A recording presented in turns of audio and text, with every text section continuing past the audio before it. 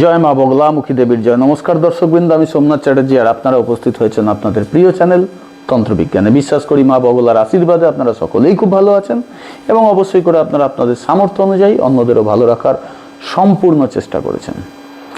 তো দেখুন, যে কথাটা আমি থাম্বনেইলে বলেছিলাম এই কথাটা কিন্তু খুব সত্য এবং এর জলজ্যান্ত উদাহরণ। যেমন আমার এক ক্লায়েন্ট আছে, আমি বলবো পুরো ঘটনা, তেমন আমিও আছি। বিশ্বাস না হয় ভিডিওটা পুরো দেখুন, আপনি বুঝে যাবেন।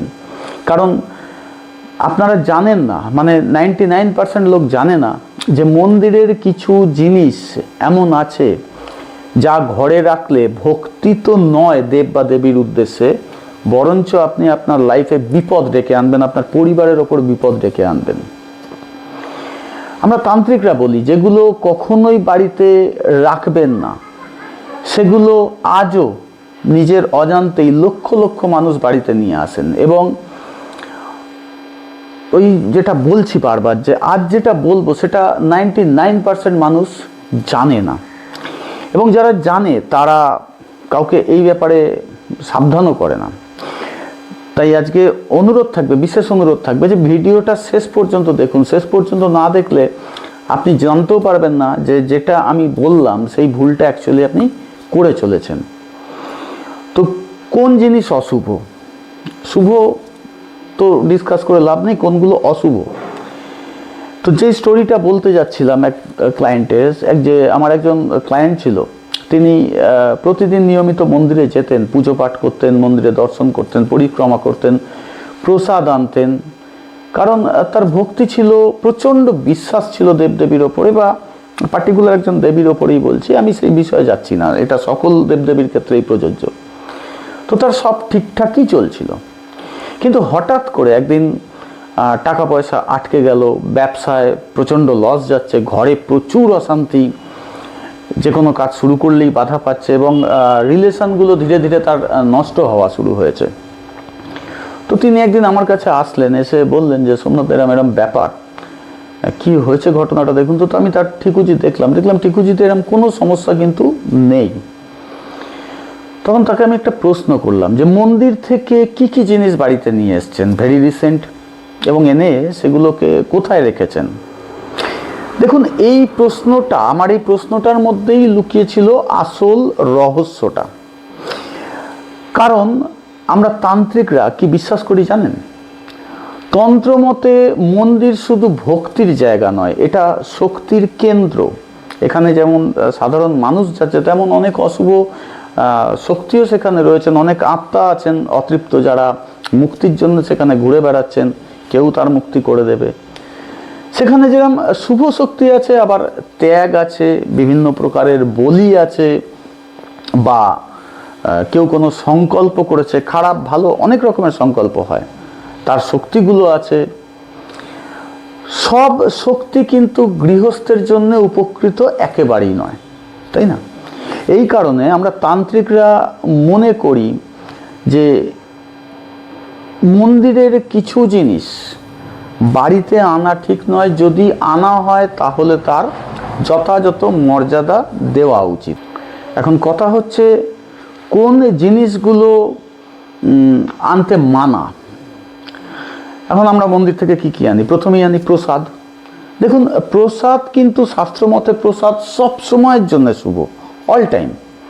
কিন্তু যদি আপনি ভুলভাবে এর ব্যবহার করেন বা ভুল জায়গায় একে রাখেন, তাহলে এর ফল উল্টোও হতে পারে। যদি কখনো কোনো প্রসাদ আনছেন, সেটা রান্নাঘরে রাখুন, পবিত্র জায়গা, সেই জায়গায় বেশি রাখুন। রান্নাঘর অপবিত্র আছে, রাখবেন না, তাকে ঠাকুর ঘরে রাখুন। আপনি ফ্রিজে কখনোই প্রসাদকে স্টোর করবেন না। এবং যেখানে শোয়ার ঘর অর্থাৎ বিছানা আছে, যেখানে রতিক্রিয়া হয়, বা জুতো পরে যেই জায়গাগুলোতে যাওয়া হয়, জুতো যেখানে থাকে, এই সমস্ত জায়গায় কিন্তু প্রসাদ একেবারেই নয়। তাই বেস্ট সলিউশন এই প্রসাদের ক্ষেত্রে হচ্ছে মন্দির থেকে প্রসাদ নিয়ে বেরোনোর বদলে মন্দিরে দাঁড়িয়েই খেয়ে নিন। আর যদি কাউকে ডিস্ট্রিবিউট করার থাকে, তাহলে নিয়ে এসে লেট করবেন না, তাকে ডিস্ট্রিবিউট করে পারলে বাড়ি ঢুকুন। নাহলে আমি যেরকমভাবে বললাম, এরম শুভ সুস্থানে অর্থাৎ ঠাকুরের স্থান সবচেয়ে সেফ রেখে দিন, বাট 3 দিনের বেশি বিলকুল রাখবেন না। প্রসাদ 3 দিনের মধ্যে বাড়ি থেকে খালি করবেন। এর পরের যে সাবজেক্টটা থাকে, দেখুন আমি নিজে চোখে দেখেছি অনেকেই মন্দির থেকে ফুল, আবার কিছু মন্দির আছে আপনি যে মালাটা দেব বা দেবীকে দিচ্ছেন সেটা রিটার্ন ব্যাকে আপনাকে দিয়ে দেওয়া হয়। এগুলো বাড়িতে রাখা যায়, কিন্তু যখন এগুলো শুকিয়ে যাবে না সঙ্গে সঙ্গে সেগুলোকে আপনাকে বহমান জলে দিয়ে দিতে হবে। কেন? এই শুকনো ফুল যদি আপনি বাড়িতে রাখেন তাহলে আপনার সমস্ত শুভ শক্তিকে আটকে দেয়। প্রমাণ আছে এর। আপনার বিশ্বাস না হলে আপনি কাজটা করে দেখুন, দেখতে পাবেন ঘটনাটা কতটা সত্য। তাই আমার মতে বলে ঠাকুরের ফুলমালা বাড়িতে না নিয়ে আসাই উচিত। যদি আপনাকে রিটার্ন ব্যাক করেছে, আপনি আসার সময় ওটা মন্দিরেই কোনো একটা ভালো জায়গায় যেখানে কারুর পা পড়ছে না ওরকম জায়গায় রেখে দিয়ে আসুন। তৃতীয় যেটা আমরা নিয়ে আসি, ম্যাক্সিমাম ক্ষেত্রেই আমাদেরকে আজকাল যে সমস্ত টোলে না যাওয়া অশিক্ষিত পণ্ডিতরা মন্দিরে পুজো করতে বসেছেন, তারা কি করেন, মন্দির থেকে একটা নারকল কুড়িয়ে আপনাকে দিয়ে দিল, বা আপনি কোনো একটা নারকল মন্দিরে চড়িয়েছেন, আপনাকে সেটা পুজো করে দিয়ে দিল। এটা কিন্তু সবসময় ঠিক নয়। আপনি নর্মালি ভোগ প্রসাদে নারকল চড়িয়েছেন, সেটা যদি আপনাকে রিটার্ন দিচ্ছে, অর্ধেক দেবদেবীকে দিয়ে দিয়েছে, অর্ধেক আপনাকে ভোগের নারকল বলছি রিটার্ন দিয়েছে, সেটা ঠিক আছে। কিন্তু কিছু নারকল আছে, ধরুন মন্দিরে পড়ে আছে, পুরোহিত আপনাকে একটা কুড়িয়ে এনে দৌড়ে কোথাও থেকে এনে দিয়ে দিল, এটা নিয়ে যান, ঘরে রাখবেন, অমুক জায়গায় রাখবেন, হেভি শুভ হবে। ওটা আপনি জানেন কোনো বলির নারকল কিনা, ওর মধ্যে কোনো অশুভ শক্তি প্রয়োগ করে মন্দিরে ত্যাগ করা হয়েছে কিনা, যাতে ওটা কেউ কুড়ালে বা কেউ ওটাকে মানে নিজের কাছে রাখলে এর নেগেটিভটা তার কাছে গিয়ে পৌঁছায়। কারণ এই ধরনের ঘটনাতে ম্যাক্সিমাম কি হয়, দারিদ্র ডেকে নিয়ে আসে, বিভিন্ন প্রকার বাধার সৃষ্টি হয়, পড়াশোনা, কর্মক্ষেত্র, সম্পর্ক, সমস্ত কিছুতে। সেই কারণের জন্যে বারবার বলছি যে যেগুলো মানত করা নারকল, মানে যেগুলো পড়ে থাকে, বলির নারকল, বিশেষ করে বিশেষ তান্ত্রিক ক্রিয়ায় ব্যবহৃত নারকল, সেগুলো বাড়িতে বিলকুল ঢোকাবেন না। এগুলো বাড়িতে আনছেন মানে আপনি কোনো না কোনো অপরিচিত শক্তিকে আপনার বাড়িতে এনে উপস্থিত করেছেন। আপনার ঠিকুজি বলবে সব ভালো, অথচ ওই একটা নারকলের জন্য আপনার সব গেল। এটা বিলকুল করবেন না। এর পরের যেটা আছে, হোম, পুজোর পরে হোম হয় না, হোমের ভস্য। শাস্ত্র বলে যে হোমের ভস্য কিন্তু সবসময় শুভ নয়, পবিত্রও নয়। কেন? কিছু হোম আছে যেগুলো কাউকে মারার জন্য করা হচ্ছে, কাউকে উচ্চাটনের জন্য করা হচ্ছে, কাউকে বশ করার জন্য করা হচ্ছে, মানে তন্ত্রক্রিয়ার সমস্ত নেগেটিভ যত ক্রিয়া আছে সেগুলো করার জন্য করা হচ্ছে। তো লোক জানে না, নিজেই নিয়ে আসে আমার বাড়িতে, আর দেবী বগলার হোম হয়েছে একটু ভস্য বাড়িতে নিয়ে যাই, দেবী ছিন্নমস্তার হোম হয়েছে একটু ভস্য বাড়িতে নিয়ে যাই। একদম বিলকুল করবেন না। কারণ আপনি জানেন না ওখানে কোন মন্ত্রে আহুতি পড়েছিল বা কি সংকল্পে হোমটা করা হয়েছিল। সিম্পল কেউ মা বগলার পুজো করেছেন, কোনো মন্ত্র কারুর ওপর প্রয়োগ হয়নি, কোনো সংকল্প একটাই হয়েছে, মা বগলা সকলকে ভালো রাখো, ঠিক আছে, সেই ভস্য আপনি আনতে পারেন। কিন্তু যদি আপনি ভুল জিনিসটা বাড়িতে নিয়ে আসেন, তাহলে আপনি কি করবেন জানেন? সেই একই কথা, দারিদ্র ডেকে আনবেন, বিভিন্ন প্রকার বাধা ডেকে আনবেন। কারণ তার যে সংকল্প, সেই সংকল্পটা কারুর ওপর না কারুর ওপর তো প্রয়োগ করা হচ্ছে। তো কথায় আছে, কারুর সর্বনাশ তো কারুর পৌষ মাস। যার পৌষ মাস আপনি করে ফেললেন আপনার সর্বনাশ করে, তার তো বললে আপনার অবস্থা কি হবে একবার নিয়ে এসেই দেখুন, দুমদারাক্কা উল্টো পাল্টা চাই। সেই কারণের জন্য এই জিনিসগুলোর থেকেও নিজেকে দূরে রাখুন। ওকে, এরপরে আছে সিঁদুর। সিঁদুর দেওয়া হয় মন্দিরে। দেখুন, দেবদের তো সিঁদুর দেওয়া হয় না, দেবীদেরকেই সিঁদুর দেওয়া হয়। সমস্ত দেবীর সিঁদুর শুভ, কোথাও কোনো অসুবিধা নেই। কিন্তু সিঁদুরটা এনে আপনি কোথায় রেখেছেন, সেটা সবচেয়ে ভাইটাল জায়গা। দেখুন, কিছু সিঁদুর এমন আছে যেগুলো তন্ত্রক্রিয়ায় ব্যবহার করা হয়েছে। সেই সিঁদুর ভুলেও আনবেন না, কারণ ওই সিঁদুরের মধ্যে যে তন্ত্র শক্তিটা আছে না, সেটা আপনার ভালোর জায়গায় আপনার খারাপ করে দেবে। আপনি দেব বা দেবীকে সিঁদুর চড়িয়েছেন, ঠিক আছে, তাকে বাড়িতে নিয়ে এসেছেন, নিয়ে আসার পরে সেই সিঁদুরটা কিন্তু শক্তিকে ধরে রাখে, মানে পজিটিভ এনার্জিটাকেও ভীষণভাবে স্টোর করে সিঁদুর। সেই জন্য আমাদের কাজে, প্রত্যেক কাজে সিঁদুরকে ব্যবহার করা হয়। তো সেই সিঁদুরকে যদি আপনি নিয়ে এসে আপনার আলমারির মধ্যে কিংবা মানি ব্যাগের মধ্যে কিংবা যেখানে আপনি সাজগোজ করেন সেখানে রেখে দিয়েছেন, সেটাকে ব্যবহার করছেন, এ কিন্তু আপনার মারাত্মক ক্ষতি করবে। যদি সেই সিঁদুরটাকে নিয়ে আসেন এবং সেটাকে পুজোর ঘরে রাখেন এবং ঢাকনা দিয়ে রাখা যায় এমন পাত্রে রাখেন, আপনি সিঁদুর পরেন, মহিলা, পুরুষ তিলক মারছেন, সিঁদুর পরছেন, তো সেটা ঠাকুর ঘর থেকে তুলেই পড়ুন। ওটা যদি আপনি উল্টো পাল্টা জায়গায় রাখেন না, যেমন মানি ব্যাগ, বেডরুম, আলমারি, আপনি দেখতে পাবেন ওই সিঁদুরটা আনার কারণে আপনার ঘরে নানা রকমের সমস্যার সৃষ্টি হবেই হবে। আপনার ঠিকুজি বলবে সব ভালো, অ্যাস্ট্রোলজার বলবে না সব তো ঠিক আছে, কিন্তু আপনি দেখবেন দিনে দিনে আপনার সব হারাতে চলেছেন, হারাতে বসেছেন, শুরু হয়ে গেছে হারানো। তাই এই বিষয়টা থেকেও ভীষণ সাবধান। আর একটা জিনিস আছে যেটা আমরা আনি প্রায় সব মন্দির থেকে, সেটা দেবের মন্দির হোক বা দেবীর মন্দির হোক, সেটা হচ্ছে কি চরণামৃতর নামে মন্দিরের দেব বা দেবীকে স্নান করানো জল, ঠিক আছে। আপনার চরণামৃত পান করা এটা সবসময়ের পবিত্র। আপনি চরণামৃত পান করলেন, চরণামৃত দিয়ে নিজেকে ভালো করে শোধন করলেন, এটা ঠিক। চরণামৃত দিয়ে আপনি আপনার জপের মালাকে শোধন করছেন, একদম ঠিক, কোনো অসুবিধা নেই। কিন্তু যদি এই চরণামৃত জল বা কামাখ্যার যে জলটা আসে, সেই জল আপনি বাড়িতে নিয়ে এসে অশুভ স্থানে রাখেন, অশুভ স্থানগুলো বারবার বলছি, আলমারি আমরা যখন তখন যে কোনো অবস্থায় হাত দিই, বেডরুম একদম বাজে জায়গা, কিচেন তো একেবারে, পুজোর ঘরেও আপনি রাখতে পারেন, পুজোর ঘরেই আপনি রাখবেন, কিন্তু মাথায় রাখতে হবে এই জল কিন্তু 3 দিনের বেশি রাখা চলবে না। কেন? এটাও কিন্তু কাইন্ড অফ প্রসাদ, আপনি পান করছেন একে, তাই প্রসাদ আমরা খাই, চরণামৃত পান করি, ঠিক আছে। তো যখনই কোনো প্রসাদের কথা আসবে না, সেটা কিন্তু 3 দিনের বেশি রাখবেন না, কারণ 3 দিন বাদে এ নিজের শক্তিকে হারাবে। আর যখন কোনো কিছুর থেকে শক্তি চলে যাবে, তার মধ্যে কিন্তু নেগেটিভ এনার্জি এসে প্রবেশ করবে। সুতরাং এই বিষয়ে ভয়ঙ্কর একটা সাবধানতা আপনারা মেনটেন করুন আজকে থেকে, এখন থেকেই।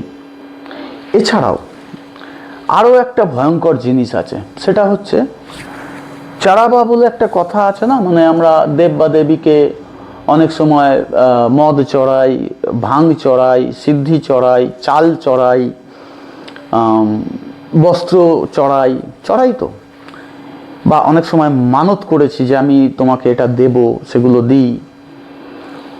এটা বাড়িতে আনা মানে আপনি নিজের পুরো সৌভাগ্যকে সেকেন্ডের মধ্যে তুড়ি দিয়ে দুর্ভাগ্যে পরিণত করে দেবেন। কারণ আপনি কাউকে কিছু গিফট করেছেন, নট দান, গিফট করেছেন। আপনি কোনো একটা অনুষ্ঠান বাড়িতে গেছেন, তাকে একটা কিছু গিফট করেছেন আপনার মন থেকে, আর সেটাই আপনি নিয়ে চলে আসছেন। এটা কিরকম হলো? সে তো আপনার পেছন চড়বে না, আপনাকে হাত ধুয়ে পেছনে পড়ে যাবে। তো এখানে একটা ভয়ঙ্কর স্টোরি বলি, শুনুন। আমি একজন তান্ত্রিক, পেশাগতভাবে তান্ত্রিক, আগে পেশাগত করতাম না, বিগত বেশ কিছু বছর ধরে পেশাগতভাবে করছি। তো আমার দ্বারা ভুল হওয়ার কথা নয়, ঠিক। তো কিছুদিন আগে আমি বেনারস গেছিলাম। তো বেনারসে গেছিলাম, গুরু ডেকেছিলেন, আমি একটা সাধনা করছিলাম, তো গুরুর কাছে গুরু ডাকলেন যে কতটা পেলি না পেলি সবাই ডিসকাস করি। আমার গুরু হিন্দি ভাষী, তো তার কাছে গেছিলাম। তার সাথে দেখা সাক্ষাতের পরের দিনকে আমি, মানে যেদিন দেখা সাক্ষাৎ হয়ে গেছে, রাত্রেবেলা, দেখুন আমরা তান্ত্রিকরা মদ খাই, কিন্তু তার মানে মাতাল নই, আমরা মাঝে মধ্যে একটু আধটু মদ খাই, ওকে। পুজোর সময় আমি মদ নিয়ে বসি রেগুলার। যত লোক আছে যারা আমার সাথে গেছেন তারা দেখেছেন আমি গন্ধসুখে দিয়ে দিই, কারণ ওই পুজোর মদ ওটা কিন্তু বলি, ওটা আমরা গ্রহণ করি না, ওটা দিয়ে দিই, ওকে। এইবার আমি ওখানে সন্ধ্যেবেলায় একটা, আমাদের এখানে সিগনেচারের, আমি নাম বলেই বলছি, ওর দাম অনেক বেশি, ওখানে অনেক কম ইউপিতে। তো ওখান থেকে একটা সিগনেচারের বোতল নিয়ে আমি আসছি, খাবার দাবার কিনে। তো একটা বয়স্ক লোক এসে বলল, হিন্দিতে বলছে যে এটা কি তোর খুব পছন্দের মদ? আমি বললাম হ্যাঁ, খুব টেস্টি এটা। তো যদি এটা তোর টেস্টি মনে হচ্ছে তাহলে এটা কাল ভৈরবকে এটা তাহলে কাল ভৈরবকে চড়িয়ে দে। কেন তাই, কাল ভৈরব খাবে? বলছে হ্যাঁ, হিন্দিতে কথাটা হচ্ছে। তো আমি বললাম ঠিক আছে, আমি কালকে চড়িয়ে দেবো। বললো সাথে ভাঙও চড়িয়ে দিস। তো আমি ভাঙের দোকান খোঁজ করে গেলাম একটা দোকানে, সেখান থেকে 2টো ভাঙের তাল নিলাম, একটা কাশী বিশ্বনাথের জন্য, একটা কাল ভৈরবের জন্য। তো কাশী বিশ্বনাথকে মদ চড়ায় না এটা আমি কোনোদিন দেখিনি, অনেকবার গেছি, আমি ওই চক্করে যাইনি। আর এই কাল ভৈরবে আমি যতবার গেছি, কিন্তু কোনোদিনও কিন্তু আমি সেখানে গিয়ে কিছু চড়াইনি, এমনি দর্শন করতাম, চলে আসতাম, একটু মাঝে মধ্যে 2-1বার হয়তো প্রসাদ দিয়ে পুজো দিয়েছি, বাস এই অবধি। তো তারপরের দিনকে আমি সকালবেলা উঠেছি, মদটা কিনেছি, ভাঙ তো আগেই ছিল, একটা রিক্সা করে ওখানে পৌঁছেছি। পৌঁছানোর পরে আমি লাইনে দাঁড়াতে গেছি, কিন্তু একজন সিকিউরিটি অফিসার এসে আমার হাতে ওই ঝুড়ির মধ্যে ফুল, মালা, বেলপাতা, হেনা তেনা, মদের বোতল, ভাঙের তাল এসব দেখে বললো, বাবা आपको লাইন নেই লাগানা পড়েগা, आप इधर से आ जाओ। ঠিক আছে, ওই আমরা যেহেতু একটা সাধুর পোশাকে থাকি, তো গেলাম। ইন জেনারেল সকলেই কাল ভৈরবকে বাইরে থেকে দর্শন করে চলে আসে। আমাকে হঠাৎ দরজাটা খুলে, অর্থাৎ কাল ভৈরব যদি যে ফেসে বসে আছেন তার বাঁ দিকের দরজাটা, তালাটা খুলে দিল, দিয়ে বললো आप अंदर चले जाइए, अंदर चढ़ा के उधर से निकल जाइएगा। তো ঢুকলাম ভেতরে, খুব খুশি। মদের বোতলটা, ভাঙ, হেনা তেনা সব পুরোহিতের হাতে দিলাম। পুরোহিত সব কিছু কাল ভৈরবকে মালা ফালা পরালেন, অঞ্জলি করালেন, ভাঙটা সামনে রাখলেন খপড়ির ওপরে, দিয়ে মদের বোতলটা উনি ওনার পাশে রেখে দিয়েছেন। ওকে, তাই বললাম পণ্ডিতজি, মানে হিন্দিতেই বলছি, যে আপনি ওটাকে একটুখানি বাবাকে দিয়ে আমাকে ওই প্রসাদটা দিয়ে দিন, আমি ওটাকে নিয়ে যাব বাড়িতে। বলছে ইসকো লেকে যায়গা, মানে হিন্দিতে বললো যে এটাকে নিয়ে যাবি? হ্যাঁ, আমি তো মানে পান করি, খাই, তো আমাকে দিন, বাবার প্রসাদ খাবো। তো উনি মুচকি হেসে বোতলটা ধরিয়ে দিচ্ছিল আমার হাতে। আমি না ওখান থেকে ভেঙে একটু দিন ওনাকে। ভেঙে একটুখানি ঢাললো, ঢেলে চিপিটা আটকে দিল, বললো তুই ভাঙ ভি লেকে যা, তুই মালা ভি লেকে যা। আমার যাক বাবা, খুব মানে কোনোদিন তো করিনি এসব, ভেতরে তো মানে এই লাইফে ফার্স্ট ভেতরে গেলাম, আমি এর আগে ভেতরেও যাইনি। তো আমার যাক বাবা খুব খুশি হয়েছে। আমি খুশি মনে নিয়ে সব চলে এসেছি, হোটেলে এসেছি, খেয়েছি, 2 দিন ধরে খেয়েছি, 5 দিন ছিলাম ওখানে। বাড়ি এসেছি, বিশ্বাস করবেন না, আমার কন্ডিশন এরকম হয়েছে যে আমার কোনো সুরক্ষা মন্ত্র কাজ করছে না, ফোন বাজছে পর্যন্ত না, বিলকুল না। আমি যে সিদ্ধান্তটাই নিচ্ছি সেটাই ভুল হচ্ছে। আমার স্টক মার্কেটে আমি 2006 সাল থেকে স্টক মার্কেটের সাথে যুক্ত। যে স্টকগুলো সুইং ট্রেডিং করবে, অর্থাৎ এত অবধি নেমে এসছে, এবার এখান থেকে ঘুরবে, আমি জানি, আমি টেকনিক্যাল অ্যানালাইজার, প্রফেশনাল নই, বাট নিজের জন্য টেকনিক্যাল অ্যানালাইজার আমি নিয়ে কোর্স করেছি। সেইগুলো ওইখানে স্টে হয়ে যাচ্ছে অথবা আরও নিচে চলে আসছে। আমি দাঁড়িয়ে দেখছি আমার স্টকগুলো 14%, 16% করে নিচে চলে যাচ্ছে। আপনি ভাবতে পারছেন, আপনার 100 টাকা থেকে 16 টাকা গায়েব, আপনি 2 টাকা প্রফিট করতে গেছিলেন।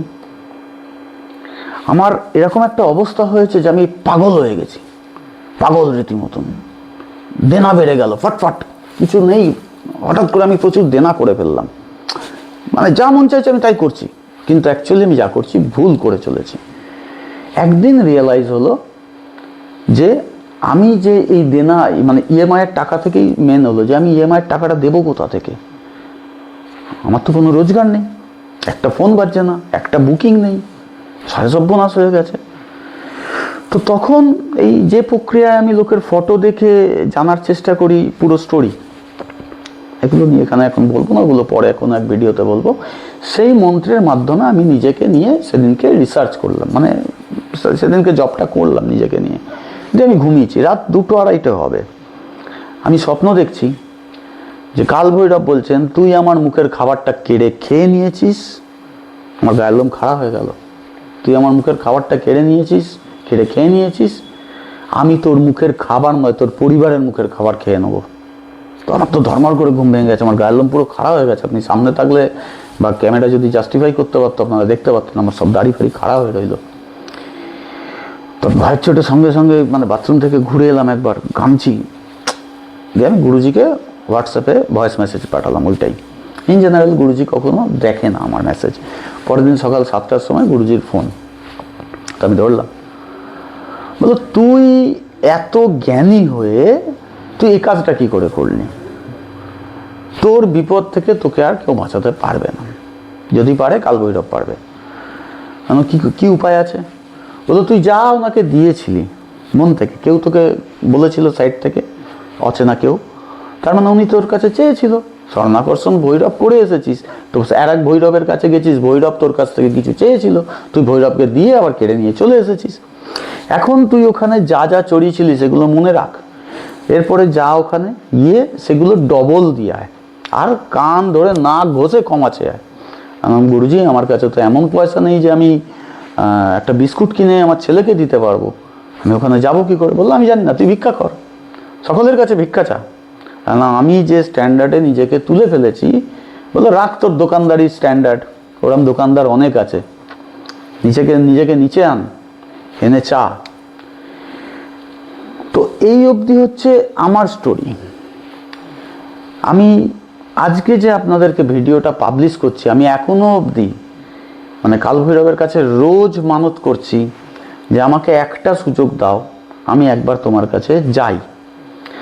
সুযোগ আসছে আর জলের মতন বেরিয়ে চলে যাচ্ছে। কেন? এই এতদিনের প্রেশারটাকেও তো সামলাতে হবে, আগে তো পরিবারকে সামলাতে হবে, তবে না আমি কাল ভৈরব করতে যাব। ছেলে খিদের জ্বালায় কাঁদবে আর আমি কাল ভৈরব করতে যাব? দেখুন, একজন তান্ত্রিক হয়ে আমার এই অবস্থা, তাহলে আমি এই কারণের জন্যই ভিডিওটা আরও বানালাম। তাহলে ভাবুন আপনাদের কি হবে। এবার ওই যে ভক্তের মানে ক্লায়েন্টের কথা বলছিলাম, তিনি শুধু একটাই কাজ করেছেন, যা যা ভুল করেছিলেন, অর্থাৎ মন্দির থেকে যা যা জিনিস এনেছিলেন, তার সুযোগ ছিল, আমার এখনো সুযোগটা ক্রিয়েট হয়নি। তিনি সেগুলোকে, যে ফুল শুকনো ছিল সেগুলো সরিয়ে দিয়েছে, জলে ফেলে দিয়েছে, নারকোল এনেছিল ফেলে দিয়েছে, মানে তিনি যা যা করেছেন ভুল সেগুলোকে ঠিক করেছেন, সিঁদুরটাকে যত্ন করে রেখে দিয়েছেন একটা ভালোর উপর সিঁদুর কৌটো কিনে। বাস 21টা দিন, 21 দিনের মধ্যে তার ব্যবসার সমস্ত অর্ডার আবার আসা স্টার্ট হয়ে গেছে, তার ঘরের অশান্তি একদম গায়েব, এবং আটকে থাকা যে সমস্ত টাকাগুলো ছিল সেগুলো ফেরত এসছে। মানে কি বলবো আপনাকে, যে তিনি যা চাইছিলেন বা যে অবস্থায় ছিলেন তিনি সেই অবস্থায় ব্যাক করেছেন। আমিও জানি আমি ব্যাক করে যাব, আমার গুরুর সেই আশীর্বাদ আছে। সুতরাং যখন নিয়মের সঙ্গে সব কিছু করবেন না, তখন সব ঠিক যাবে। নইলে দেখবেন ঠিকুজি বলছে এক, আপনার সাথে ঘটছে আর এক। যাই হোক, আজ যদি এই ভিডিও থেকে আপনি কোনো ভুল করেছেন সেটাকে ঠিক করে ফেলেন এই ভিডিওটা শুনে, তাহলে আপনারও যে নেগেটিভ শক্তিটা আছে সেটা পজিটিভ শক্তিতে কিন্তু পরিবর্তন হতে শুরু করবে, এটা প্রমাণিত। এখন আপনি ভেবে দেখুন, আপনি কখনো কোনো মন্দির থেকে এমন কোনো জিনিস এনেছেন কিনা, এবং সেটা আমি যতগুলো জায়গা বললাম এরকম কোনো ভুল জায়গায় রেখেছেন কিনা। আপনার যদি সন্দেহ হচ্ছে সেটাকে অবশ্যই করে মিলিয়ে নিন। আর একটা অনুরোধ করব, আমার জন্য অন্তত কমেন্টে গিয়ে লিখুন, জয় মা বাবলামুখী দেবীর জয়। দাদার করা ভুলটাকে কান্না পেয়ে যাচ্ছে, শুধরানোর একটা সুযোগ দাও। আর যদি ভিডিওটা ভালো লাগে একটা লাইক দেবেন, ভালো না লাগলে ডিসলাইক দেবেন। তবে বলবো ভিডিওটা সকলকে শেয়ার করুন। আমি জ্ঞানী হয়ে ভুল করেছি, আপনারা তো অজ্ঞানী। যাই হোক, এরকম যদি আরও জ্যোতিষ ও তান্ত্রিক মতের গোপন সত্যগুলো জানতে চান তাহলে চ্যানেলটাকে সাবস্ক্রাইব করবেন যদি নতুন হয়ে থাকেন। আজকে আর বেশি কিছু বলবো না, গলা ধরে যাচ্ছে। শুধু মা বাবার কাছে অনুরোধ করব, আমায় মেরেছো আর কাউকে মেরো না। সকলকে ভালো রাখো মা। নমস্কার।